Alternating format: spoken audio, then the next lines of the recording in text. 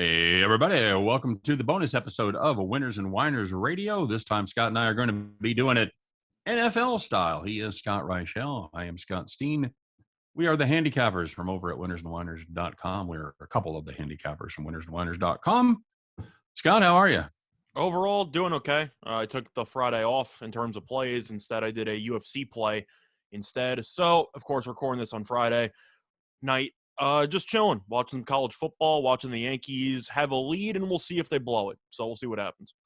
Good deal. It's it should be an interesting weekend for football, NFL, and college. And hey, Scott, you like those home dogs? I've heard home dogs is the place to be in the NFL, man. I did read that somewhere that underdogs did pretty well in week one. Well, we've got a few this week, so let's get to the card. This time we're going to do all the games. We're not even going to skip one like we did last week. I feel like it was probably a good thing we skipped that game in the end. Yeah, that was probably true. So, yeah, let's get rolling here. Once again, we will do them in rotational order. So we're going to start with the Texans traveling to take on the Cleveland Browns. And Scott, right out of the gate, we've got the biggest spread on the board as the Browns are a 13-point home favorite. 48 is your total. Now, this Browns offense absolutely pretty much imposed their will on the Chiefs last week for about 3+ quarters, and then they went cold when they needed it most. So Texans surprising a few people, I guess, in the toilet bowl there in the week one against the Jacksonville Jaguars. Tyrod Taylor looked like an actual quarterback, or Tyrod Taylor if you prefer the 2021 pronunciation. So is 13 too many? I don't think so. I know if you want to make the argument for last week, Houston looked really good. This line is basically daring you to overreact to week one. It's hoping that the public is going to look at the Texans, kill an awful team, and think, this Texans team, not that bad. Cleveland lost. How are they going to cover? And the answer is because Cleveland almost beat arguably the best team in the league. This Cleveland team's very good. Houston, we know for a fact, is not good because the win total for them was, I believe, 4 going into the year. So nobody thinks this team's good. They were awful against the run last year. That hasn't changed. In fact, they actually lost J.J. Watt during the offseason. So the run defense should be hypothetically worse. I'm assuming Chubb's going to run wild behind that offensive line. I don't expect much pressure being generated from Houston's pass rush. So I'm expecting Cleveland to pretty much do whatever it wants offensively. And defensively, yes, Cleveland struggled against Kansas City. That's Mahomes. I think they'll be able to contain Tyrod Taylor here. I'll go with Cleveland. I think they'll win by 14+. You? I'm going to go the other way. I'm going to overreact, Scott. Actually, I'm going to look at this Cleveland offense that's got a couple of dings on the offensive line. Jedrick Willis and J.C. Tretter are both questionable. Have you seen the new commercial with Jedrick Willis, by the way?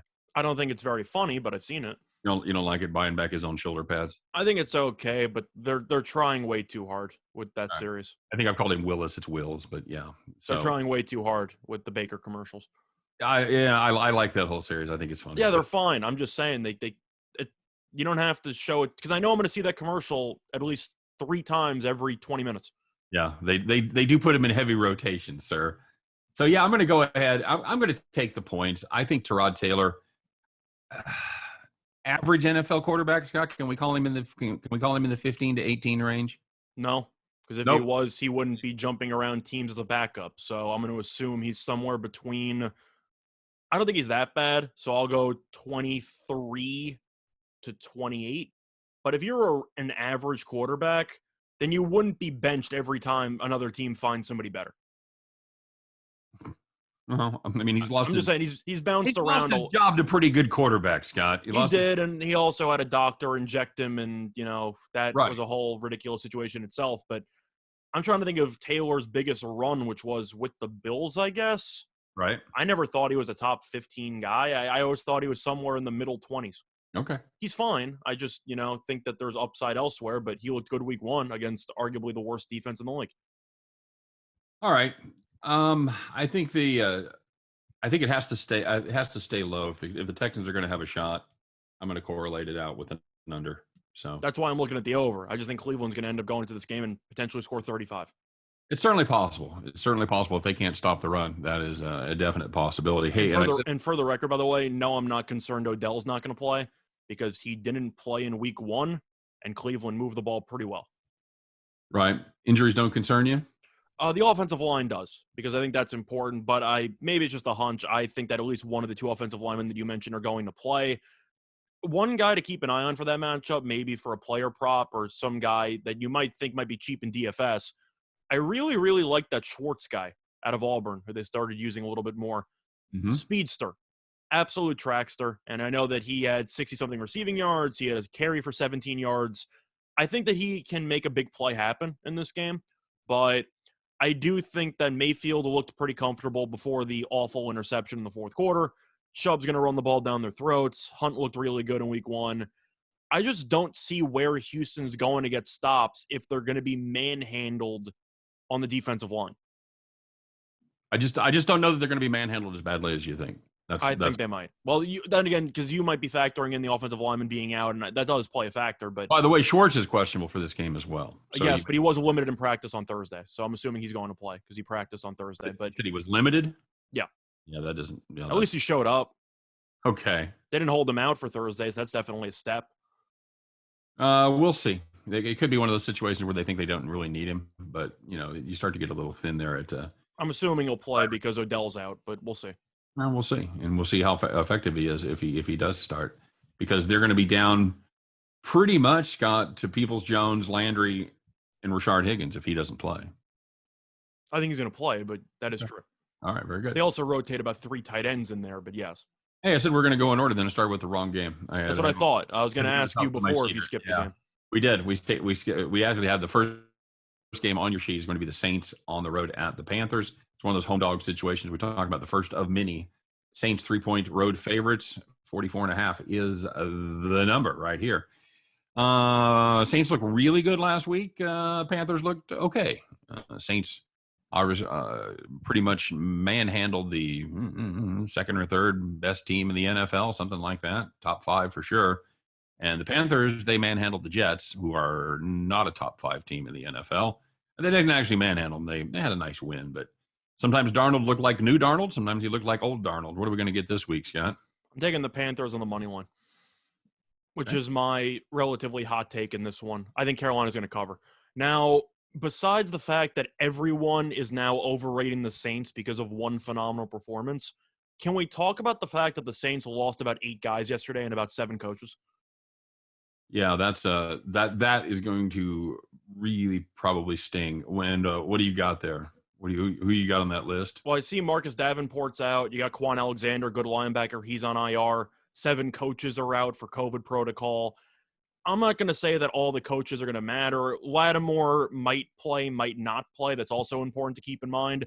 But if you're going to be missing most of your coaching staff, 7 coaches is a decent amount, and you're missing a couple of players there, and you're on the road for the second straight week, I do think that people, the public especially, are going to slam New Orleans because of what happened last week. And I think this might be the game where the public gets killed, because I do think that first glance, Carolina beat the Jets by 5. New Orleans beat the Packers in Jacksonville by 35, and yet the spread's 3.5. So they're basically, the way I'm looking at it, they're daring the public to take the Saints. I'm not falling for it. I'm going to take Carolina. I think in the whole coaching situation, I don't know that matters that much. I mean, my God, they have. But worst case is it's definitely a distraction you have to deal with. That's definitely true. It's definitely something that's going to have to be getting. You have to get used to it. I'm just not a fan of the headlines that are going on. And I don't really care about a lot of what you said, but ouch, right in the feels. As far as this game goes, but what does concern me is the fact that New Orleans is going to be without their center Eric McCoy. And that could be a problem because Cesar Ruiz is the backup center. Of course, he's also the starting right guard, rather. So then you've got to completely rejigger your offensive line. That always makes for a fun time. And honestly, Scott, whether I play this game or not, it's going to come down to fact what happens to Lattimore. And on Friday night, we just can't make the call whether he's going to play or not. We just, at this point, do not know. And that is true. But mentioning the fact that the center is out for New Orleans, I know the Jets' offensive line's awful. Carolina did get 6 sacks. in week one, so they can pressure the passer. And if you think that the offensive line is going to be compromised, then I do personally believe New Orleans is going to struggle a little bit, especially since they ran the ball really well against Green Bay. Winston had 5 touchdowns. He still only had about 150 passing yards.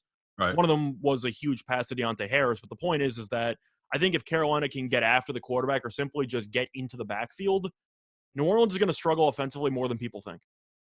Yeah, this is a Saints team that had an almost 2-to-1 mix as far as running plays to passing plays. Ran the ball 39 times last week, passed it just 21.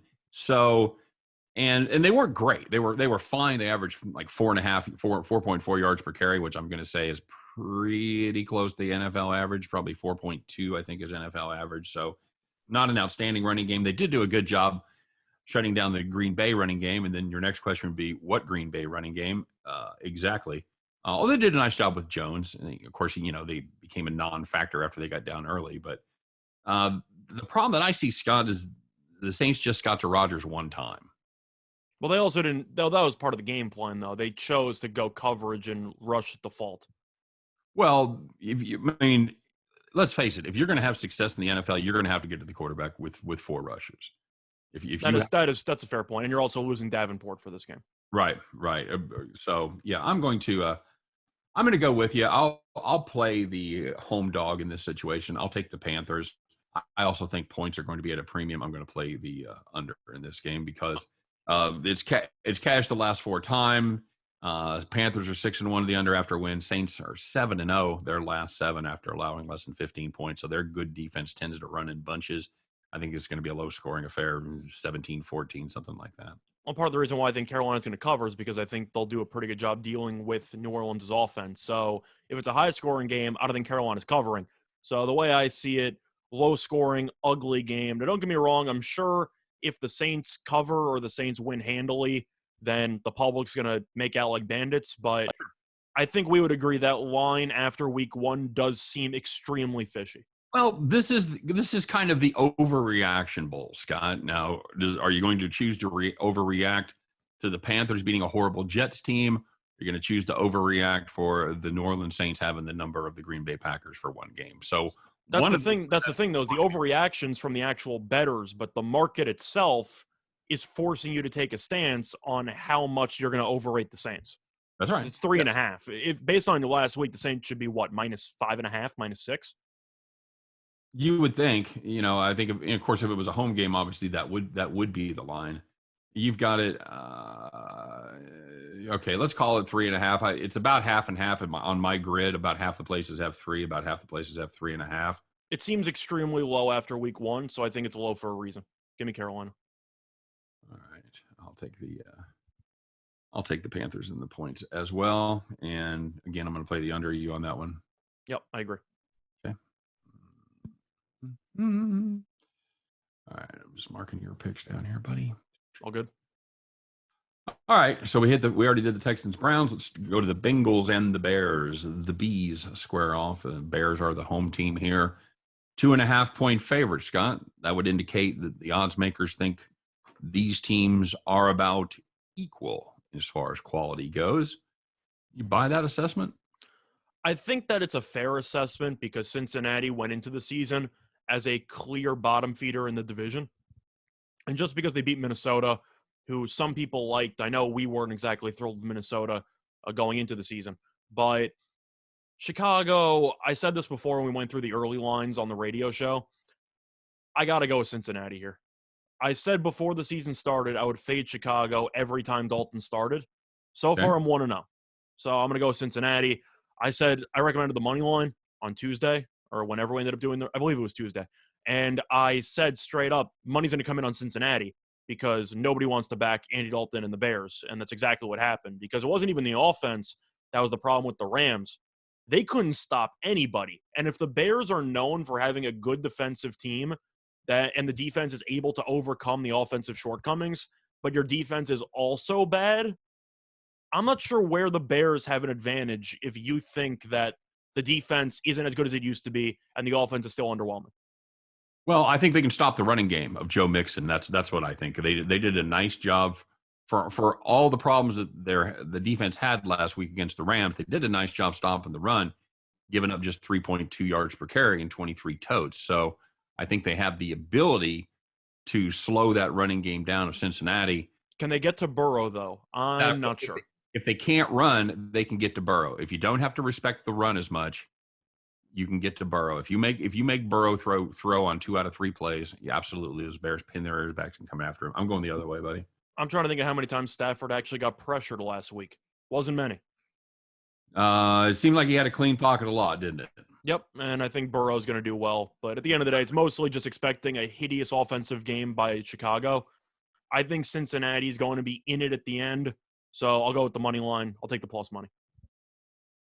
Okay, I'll lay that short price at home. I'll lay the 2.5, and I've got this game as an ugly slugfest as well. I've got it under 44.5. I got the under. I see this game being 23-20. Okay, well, that's a little too close for my taste, but well, I mean, then again, 44.5, 45 is a little low unless you think Chicago scores 17 or so, or even Cincinnati in this case for the under. But I do think that total's too high. All right, now one of these two teams is a liar, Scott, as the Raiders head to the Steel City to take on Pittsburgh. Pittsburgh is the home favorite, minus 6.5. 47 is the consensus total across the board. Raiders coming on a short week, traveling to the Eastern time zone. Does that matter to you? Yeah, I like Pittsburgh. I said I like Pittsburgh on Tuesday.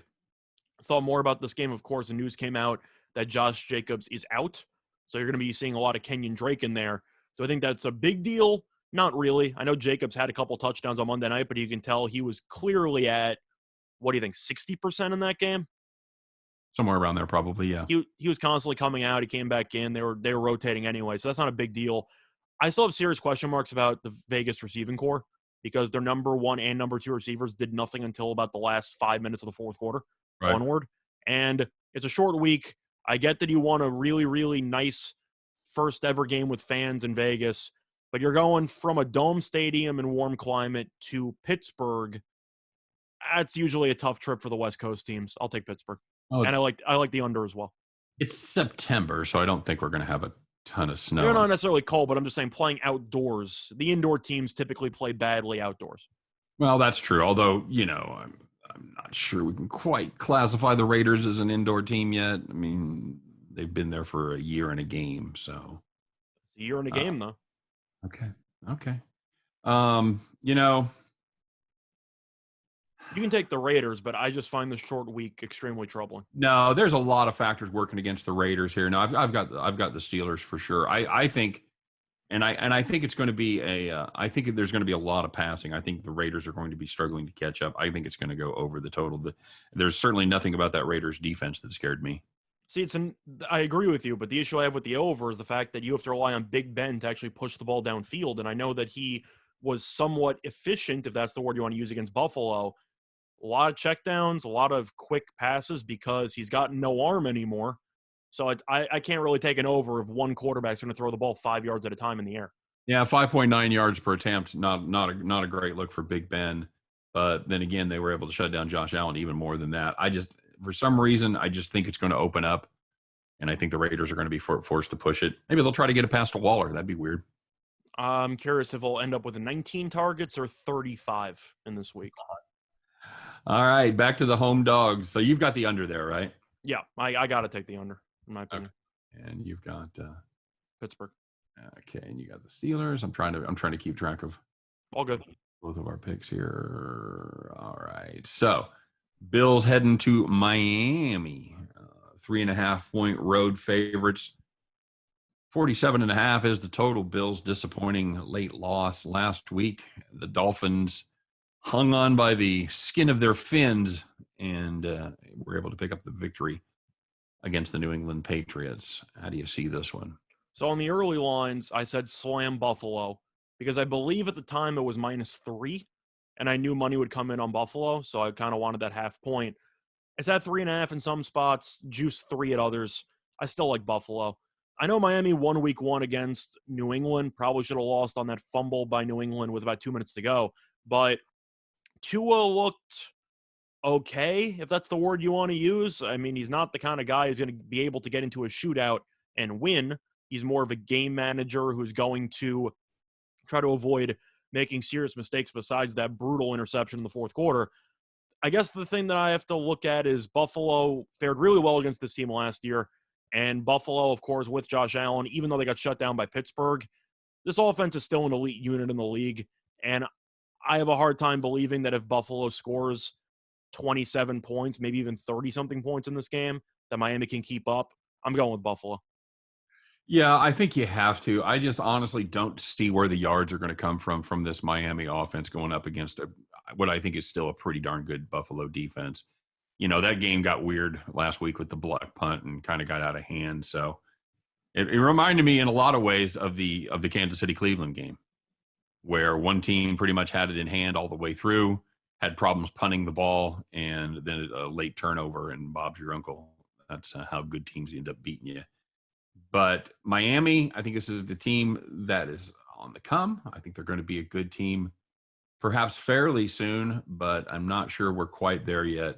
I think that's still a good number with the Bills at 3.5. I'll play the road team there as well. And I find the total extremely tricky.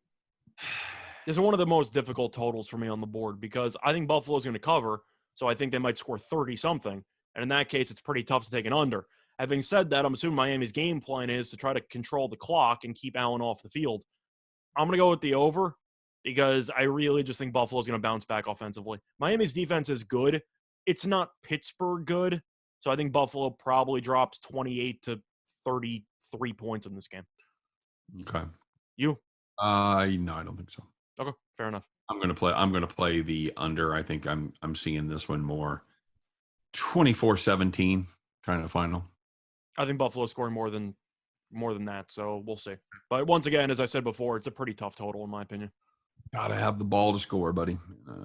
They're going to try to. Myles Gaskin and company is going to try to eat that clock. I don't know how successful they're going to be. So I've just seen Buffalo air out that defense multiple times in the last year or so. I don't really have faith in Miami's defensive game plan for this one.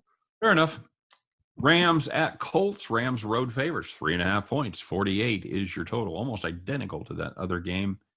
Rams looked really good on Sunday night. Scott, is it time to overreact and just hand the NFC crown to the LA boys? So that's the thing, is that this game's exactly the same as the New Orleans-Carolina game from a spread perspective. It's 3.5. One team looked fantastic. The other team looked awful. And I said I liked Carolina. However, in this case, I like the Rams. And the reason why there's a difference, the COVID aspect for the Saints kind of put it over the ledge for me on why I like Carolina in the spot. Indianapolis, whether they have a midseason Hard Knocks or not, they're not very good at football. And I know that it's still early, but the receiving core is an absolute mess. Their number one receiver is who right now? I mean, based on production, you can argue Zach Pascal. You can make an argument for Pittman, who did basically nothing in week one. You can make an argument for Paris Campbell, who also did nothing in week one. I mean, the leading two receivers for the Colts in week one were Naheem Hines and Jonathan Taylor, who were both running backs. So right.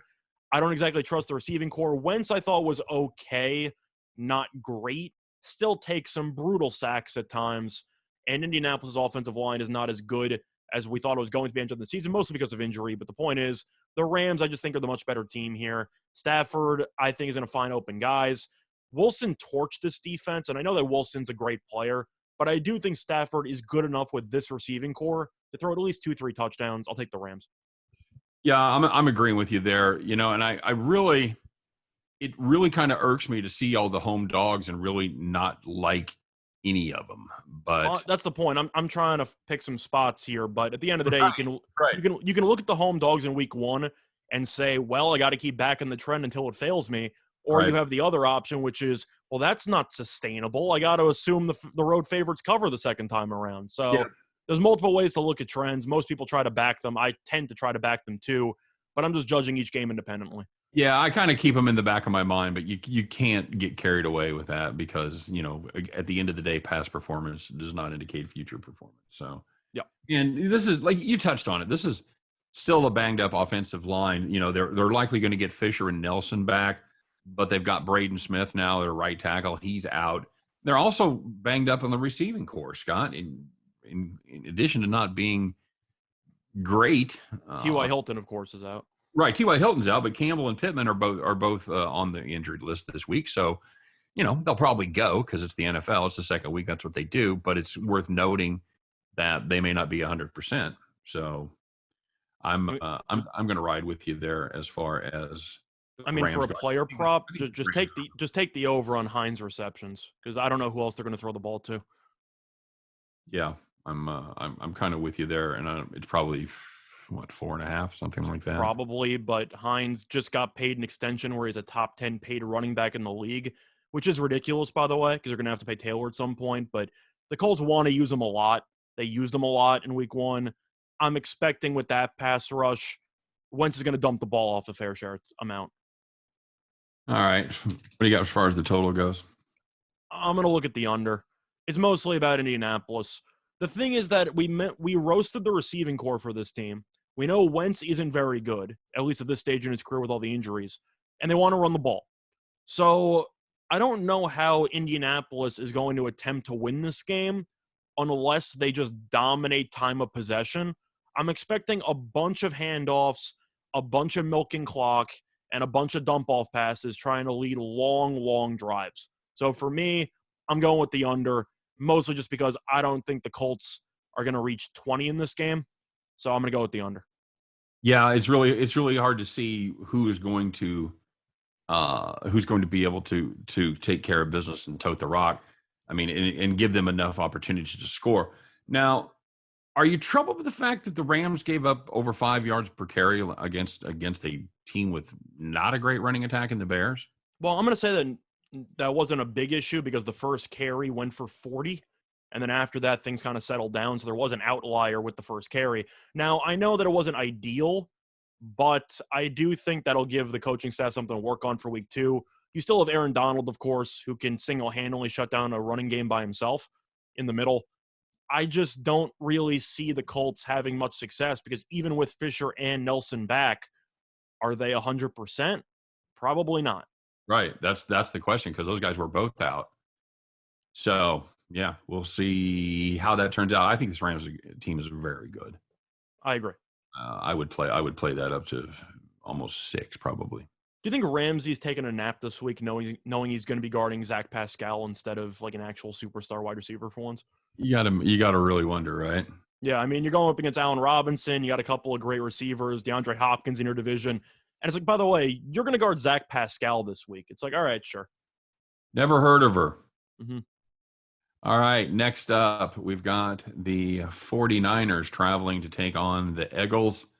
49ers -3, 49.5 is the total there, Scott. In the early line, I liked Philly plus 3.5. Of Mm-hmm. course, that's gone now because apparently a lot of people agreed with me because it's down to 3. I'm still going with Philly plus the points here. I'm taking the home dog. San Francisco's injuries are too concerning to me. You're missing now the linebacker who had the pick 6 in week 1. You're missing Verrett, who's out for the year. Mostert is out for the year offensively. I know Mitchell did a good job filling in, but you might see a bit of Trey Sermon. You might see a couple of things going on. So they might run backfield by committee, but I think Mostert's just a very talented player. I don't think any running back has the ceiling that he had. I think it's going to be a high-scoring game because Philly's defense was good against Atlanta, but as I mentioned before, Atlanta's just absolutely brutal. So Right. I'm going to go with the over. I think Garoppolo actually aired it out pretty well. I think they're going to throw the ball. I think Philly's going to have some success, and I think you're going to see a somewhat high-scoring game. I think Philly might win the game, but I see at least 51 points here. Okay, I'm with you. I think that this is a San Francisco team that's going to want to throw the football. I don't know how much trust I have in Elijah Mitchell and Trey Sermon to pick up the slack for Mostert. Yeah, and then I know you like San Francisco earlier in the week, but I'm not sure if you reconsidered. I did. No, I have reconsidered with the injury situation. There's just too many guys banged up on the defensive side of the ball for me. And this could be a very, very bad pick, by the way, Scott. This could turn out terribly for us. I started by saying Carolina money line. I'm past that already. I'm just saying the picks, and I'm going to live with the consequences. Okay, fair enough. I'm going to go ahead and ride with you on both of those. I've got the Eagles plus the 3, and I will play the over 49.5. I think there's going to be a fair amount of balls in the air. Cool. All right. Broncos -6 at the Jags. 45 is the number. Scott, talk me out of taking the Broncos. Is that a challenge or? Tell me I'm overreacting. I think you're overreacting to the fact that Urban Meyer might leave. No, I'm joking. He's not actually going to leave. But that was a ridiculous situation going on there. He's not going anywhere. He's one game into his career. But the Jaguars stink. We went into week 1, and I know eventually I ended up siding with the Jaguars, but I wasn't thrilled with it. I believe we disagreed on how bad this Jacksonville defense was going to be. You thought they'd be not god-awful. I thought they'd be slightly below average, right? I thought they were the worst defense in the league, and through 1 week, it looks like we're closer to my side than yours because that defense is awful. And I think the Houston offense is just way too good. Tyrod Taylor slinging it, Tyrod. I mean, he's ready to go. But that's the thing, though, is that if Taylor torched this team, why can't Teddy Bridgewater do the same thing? Now, Judy's out, which is going to hurt, but you still have other options. You still have Sutton, who I know wasn't that involved in week 1. I'm curious what his progression is going to be recovering from that knee because he played, but he wasn't really an impact guy. Tim Patrick, I think, is okay. Hamler's okay. They still have 2 really good tight ends. They have Alberto. Font, of course, and Alberto. That's a pretty solid duo there. Yep. At the end of the day, I just think that Trevor Lawrence, who threw 3 picks against Houston's defense, is going to do rookie things. Shocker. He's going to force passes. Some of them are going to be stupid. And I think Von Miller is going to sack him a couple of times. So I think Denver's going to win. I have a 2 pick that I gave out earlier in the week, and one of those picks, spoiler alert, is Denver money line. So I think Denver is going to win the game, of course. I think Jacksonville is going to finish last in the division, and I think they might win 3 games. So I'm taking Denver. Did you say Denver money line? I said in a 2-pick parlay. One of the picks I gave out was Denver money line. It was like -320. No, I believe it was 250 when I gave it out. Stepping out on the ledge there, Vegas Dave. Nice job. I said 2 picks. Came out to plus. Hey, listen, you can roast me, but the 2 pick came out to plus money. So not my problem. What's the other one? You got the Browns? No, I actually got the Patriots. Okay. All right, I've got the under here too. I think just one team scores. They may get close. It could be 35-7. But you said you got the under too. I never said I had the under. No, I've got the under in addition to. Oh, okay, cool. No, cool. I got the over. Okay. I just think Jacksonville's defense is so bad that I just think the Jacksonville Jaguars might just be a dead over team. It's not like the Cowboys because the Cowboys' offense is elite and the defense is awful. The Jaguars' defense is somehow worse than Dallas's defense, and they're both terrible. And Lawrence in garbage time, it's a beautiful thing, man. Garbage time is so good for overs. And I just think that you're going to see Denver coast early. And then I think eventually, kind of like the Giants game, Daniel Jones will throw the ball around. You'll see a bunch of big plays. And Lawrence, I think, is good enough with that receiving core to connect on a couple of big plays when it doesn't matter. I'll look at the over. All right. Patriots -6 against the Jets. You did not get plus money on the 2 -6. Did you really? Yeah. That's why I took it. I got Patriots money line. Well, then again, I took it earlier in the week, so the line has moved since then. Money on -240 and -240. I got plus 104, I believe. It's in the playlist if you want to look at my Scott Selections playlist. I had it written down. It was on Fox Bet. I can actually look at it right now if you want me to get back to you on that. But anyway, I'll let you go first on this actual game. Well, again, you've got another situation with a home dog and a terrible, terrible team as the home team, Scott. You know what? You're taking a spin? Yeah, I am. A very, very small lean. I think maybe then I've got Belichick against a rookie quarterback. Cannot be overstated how important that angle actually is. I can't do it. I was close. I just okay. Cool. By the way, I checked it. The 2 pick was plus 102. And what was the 2 sets of odds? I had Broncos money line and Patriots money line. No, what were they? Oh, can I write that down? That I did not do. I wrote down the parlay and then the odds shifted. Okay. But point is that yeah, I like the Patriots in the spot. Obviously, the Jets struggled a lot against Carolina offensively. Zach Wilson got sacked 6 times, and now Mekhi Becton, their best offensive lineman, is out for the immediate future.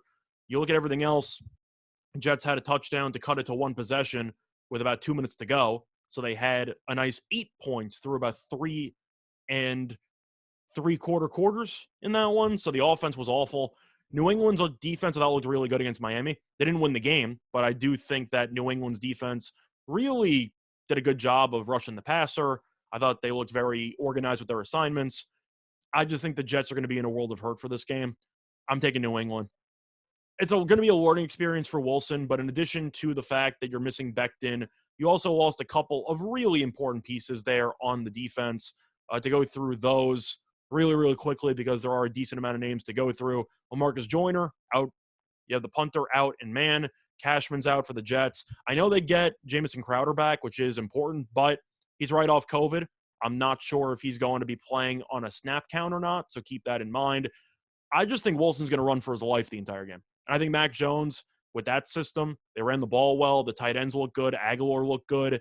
I think they have a competent offense that's good enough to score 24 points, and I don't think the Jets are going to be reaching anything, I'd say, more than 16. Double digits, tops. Yeah. Yeah, I've got the Patriots in the under there too.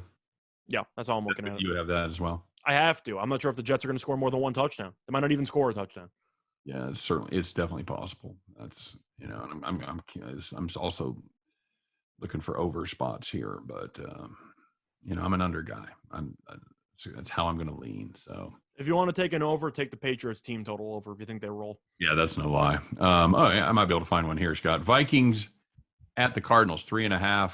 Cardinals are favored as the home team, and the number on this one is 45.5. I'm going to give you a trivia question. Okay. On Sunday last week, who led the league in passing yards? Who led the league in passing yards? I'm going to go with Kirk Cousins. That is correct. I'm not sure if Carr beat him on Monday night, but he was leading the league at that point. It was the most. Asked me before the show started, I wouldn't have got it. It was the most classic Kirk Cousins performance, where he had a great stat line at the end. You assume by the numbers he was unbelievable, and they lost to Cincinnati. Right. It's a perfect summary of Kirk Cousins' career, and I'm going with Arizona. There's really not much else to say. Minnesota's defense was awful against Cincinnati. I know the score wasn't that bad, but Cincinnati ran the ball well. Burrow had a ton of time in the pocket. Murray's a lunatic when he's healthy. That receiving core is really good. They don't even need to run the ball. If they just throw the ball almost every play, I think that you're going to find a bunch of holes in this Minnesota secondary. Give me Arizona.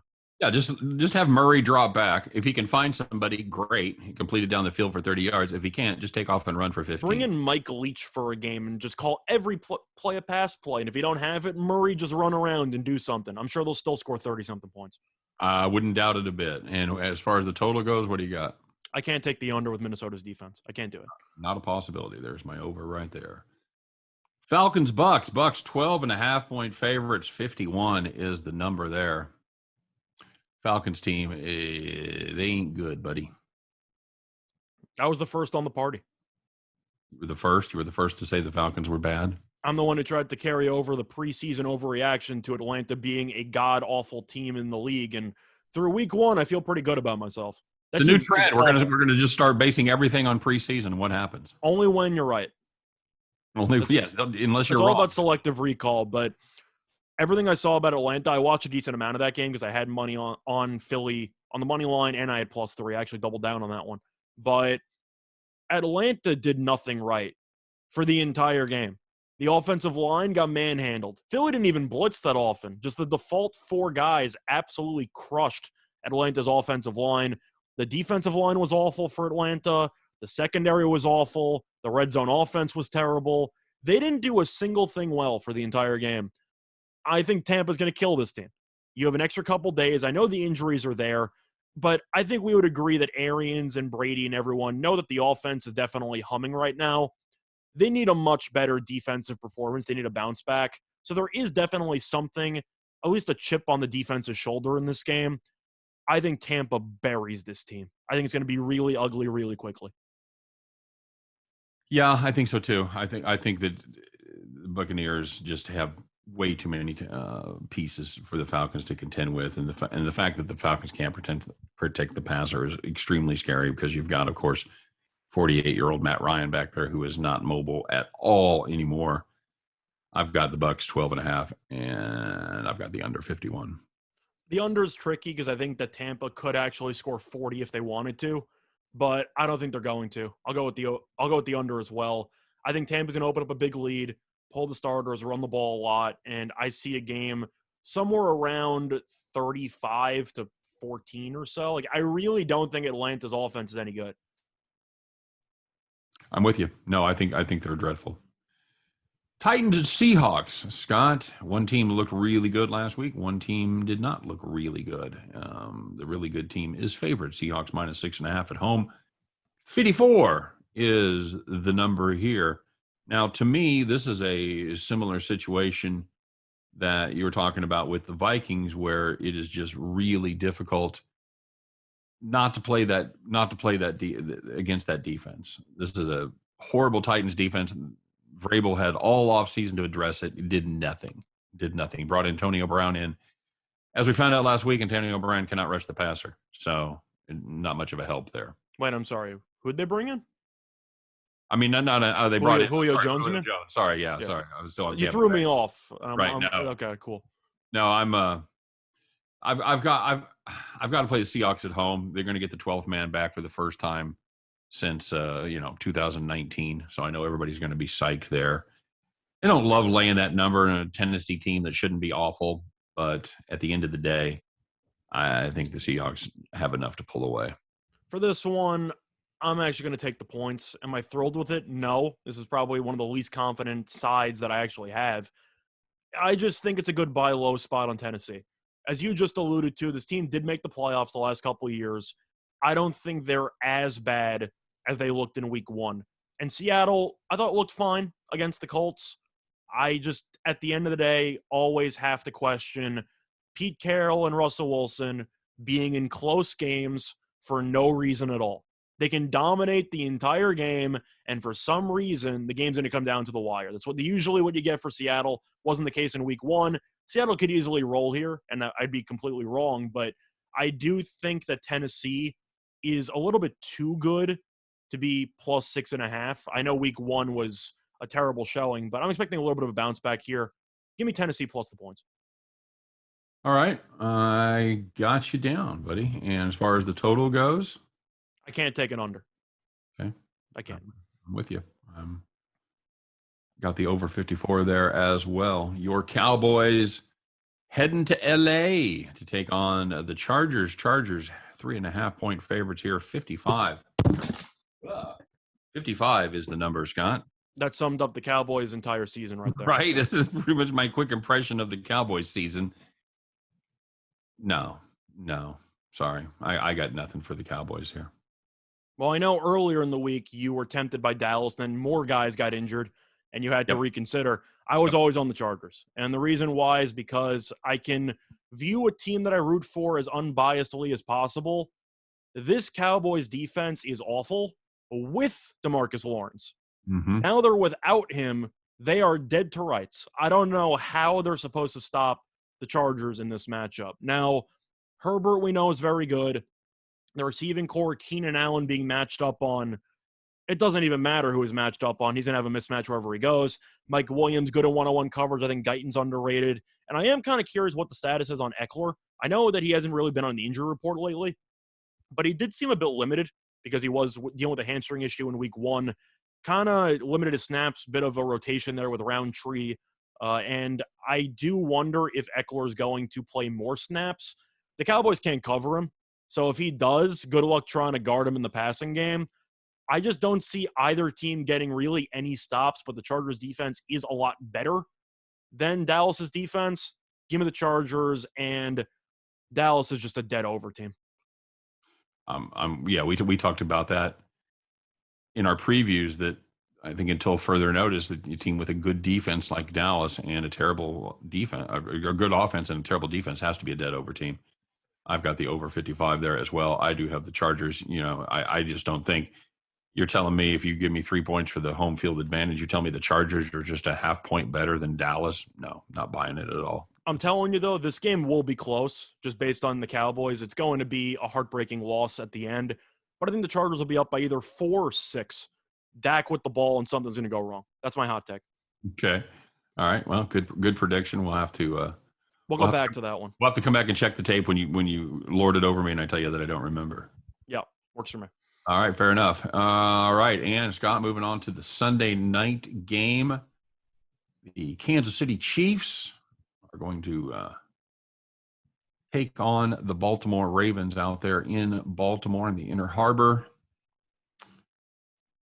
Scott, Chiefs 4-point favorites. It was 3.5. It's now gone to 4. I still see some 3.5s, but there are some popping up. 3.5s out there. Who do you got here? Chiefs. Okay. It's one of these situations where the public's going to be about 100% on the Chiefs.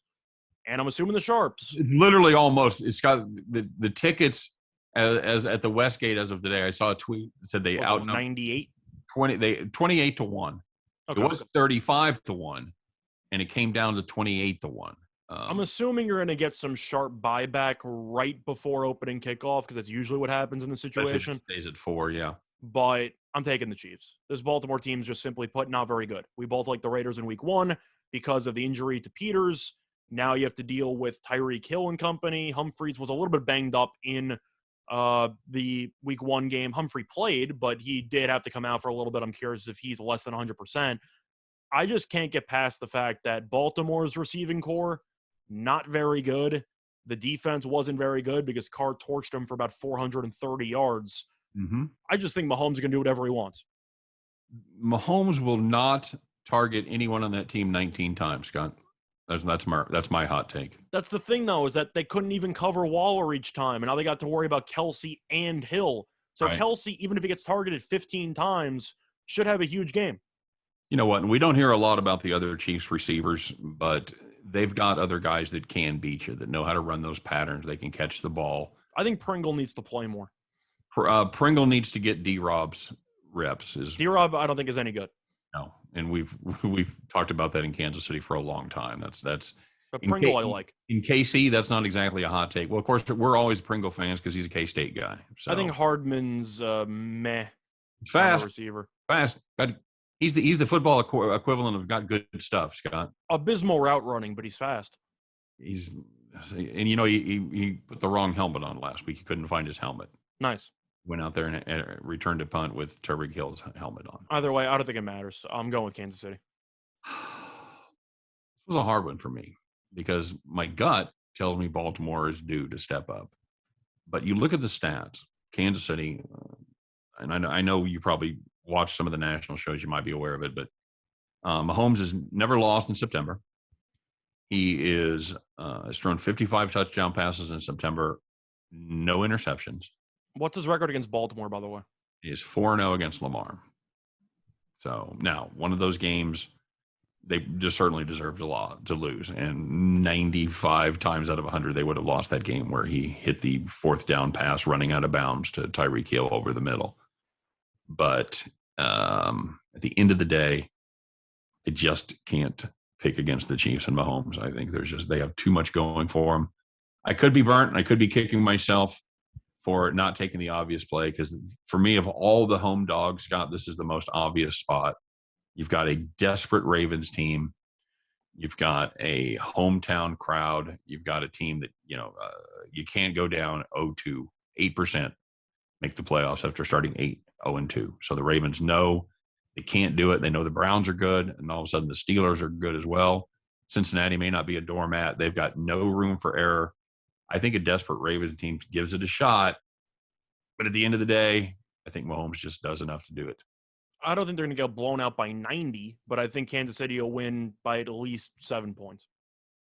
And I'm going to play the under here. I think that well, Baltimore needs to play the under if they plan on winning because they need to hold the ball. That's what I'm saying. They're going to do their best just to keep the ball out of Mahomes' hands. That's and we talked about this last year, Scott. It's the perception in the league that the way to beat the Chiefs is to hold the ball and to keep Mahomes off the field. Now, until Tampa Bay actually executed in the playoffs or in the Super Bowl, that really was not the case. The numbers don't bear it out. The way to beat Mahomes is you have a shootout. But I don't think this is a Baltimore team that's set up for a shootout. And at the end of the day, I like the Chiefs. I like the under. I'm going to lean to the under too, but the under is pretty terrifying because I'm not sure how good the Chiefs defense actually is. I think it's average at best, but then again, Cleveland's offense is pretty good, so we'll have to wait and see there. Baltimore's defense, I just don't think is very good because of all the injuries that they've had. You can try to blitz Mahomes and it'll kill you, and you can try to play coverage and Mahomes will still kill you. So you really don't have a good answer there. It's just a really tough spot for the total, but I think Baltimore is going to struggle scoring.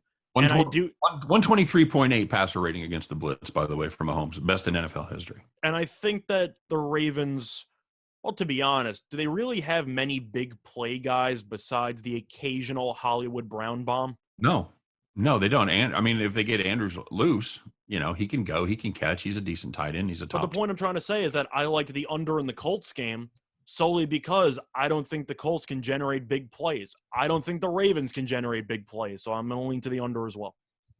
All right. Very solid. All right, buddy. Well, now we get to the point where you and I lay out our best pick for the week.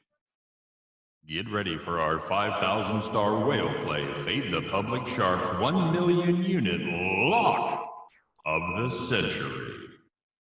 There you go. Last week, we both got off to a good start as I had the Pats Dolphins under 43.5. And you caught a good number on that 49ers game at 7.5. Heartbreaking for most of America, but you did have a decent number there. So we both go 1-0 on the week. So, you know what? I always have you start as far as college goes. So I'm going to I'll fire it up here, Scott. I'm going to make my play of the week the Los Angeles Rams -3.5. I'm going to let you give your reasoning if you want to. Well, I mean, we kind of laid it out before. It's a Colts team that's banged up. I don't like the fact that I don't think they're going to be able to move the ball against this Rams defense. The Rams looked extremely good on Sunday night. I like what Matt Stafford brings to this team. Hopefully they can run the ball a little bit better. But if they can't, I don't even think they need to because that defense is going to do a lot of business against the Colts. I think the Rams cover easily. So for me, I was really torn between two. It was either going to be the Buccaneers -12.5 or the play I ended up choosing, which is going back to the New England game. And I like the New York Jets team total under 18.5 at -118 on Fox Bet. Laid out the reasons before, but once again, New England only gave up 17 to Miami. I think we'd agree that Miami's offense is better than New York's. The Jets' offensive line gave up 6 sacks last week to Carolina, and their best offensive lineman, Mekhi Becton, is now out for this game. So the offensive line should be worse. New England against rookie quarterbacks with Belichick at the helm, it's a nightmare. And I'm not saying Zach Wilson's going to see ghosts like Darnold did, but it's not going to be pretty. Plus, we know the Patriots also don't exactly generate many big plays offensively. They're going to run the ball. They're going to throw it to tight ends, long sustained drives, a really ugly game, but I don't see the Jets scoring 2 touchdowns and kicking 2 field goals. I think they'll probably finish with around 10, but 18.5, that's a lot of scores in there. You're right. I don't hate that play one bit. And I think that's extremely solid. So good luck to you, sir. Yep, to you, sir, too. All right, guys. And that's going to do it for our NFL show, week number 2. We appreciate you listening, appreciate you watching. And, of course, we wish you nothing but the best on all of your plays. Hope every one of those tickets in your pocket this weekend turns into cash money when you head back to the window. You guys, have a great day. Have a great weekend. And we'll see you Monday on Winners and Winers Radio. Take care, everybody.